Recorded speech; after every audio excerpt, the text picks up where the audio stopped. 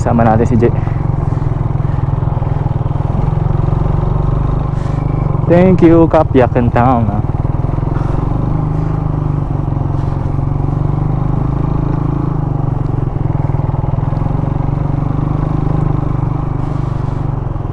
Alright, so maraming salamat sa pagsama mga tol. Punta rin kayo dito pag may time kayo. Alright, bababa na kami. Lalaki oh, lalaking bitak par. Wow, ganda. Hindi namin to nakita nung bababa kami. Solid.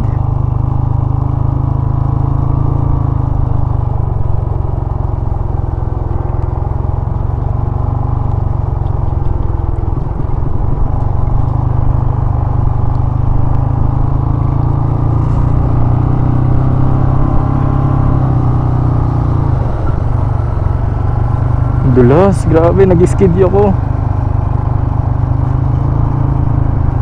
Grabe, nag-skid yung gulong sa likod. May mini heartache ako doon ah. Las ayos.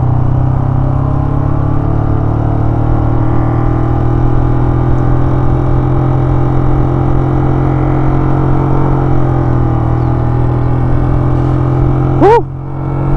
Thank you Lord. Uwi na po kami.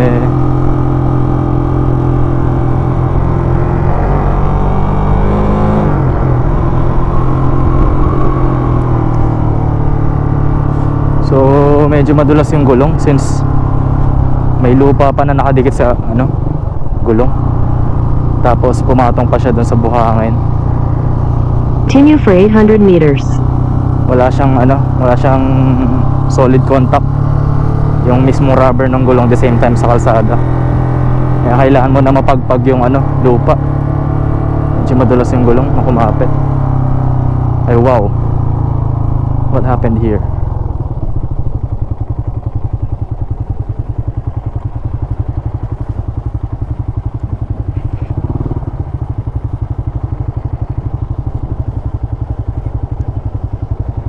Terus ka, Jay.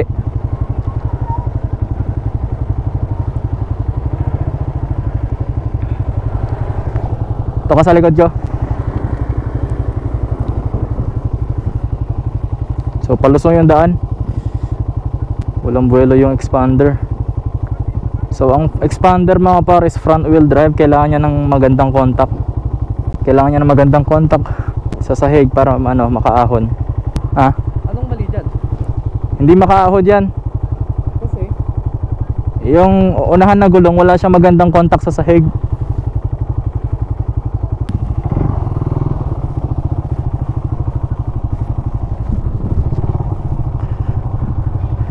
"600 meters, turn left."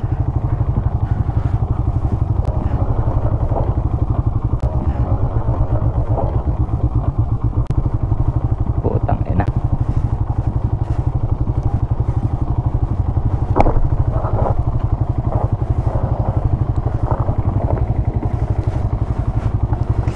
Medyo madulas.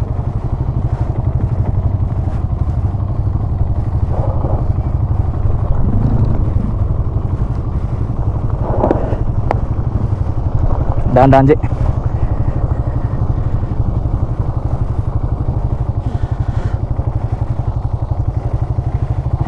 Nag-i-skid yung likod ko.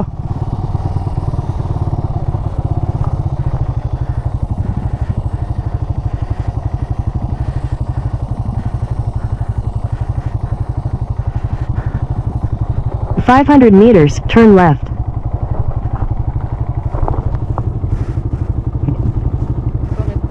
Malakas yung preno ko sa likod, dumudulas.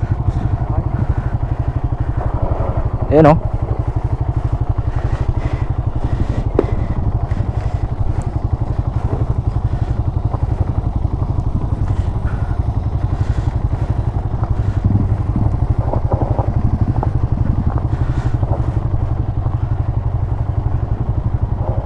Ayan o. Sana hindi tayo matumba, grabe. So pwede ko naman to idire-diretso, kaso nga lang kung maganda yung motor natin at malaki, kayang kaya ko to idiretso. Kaso Raider eh. Wow. So ito maganda sa ABS. 400 meters, turn left.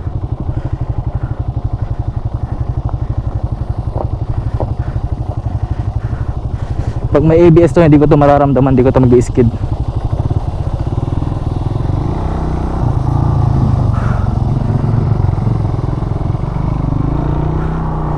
Haba nung in-skid ko kanina, kala ko matutumba ako. So, not recommended for the unexperienced drivers na pupunta rito. Expect the worst palagi mga par. Dahan-dahan lang tayo.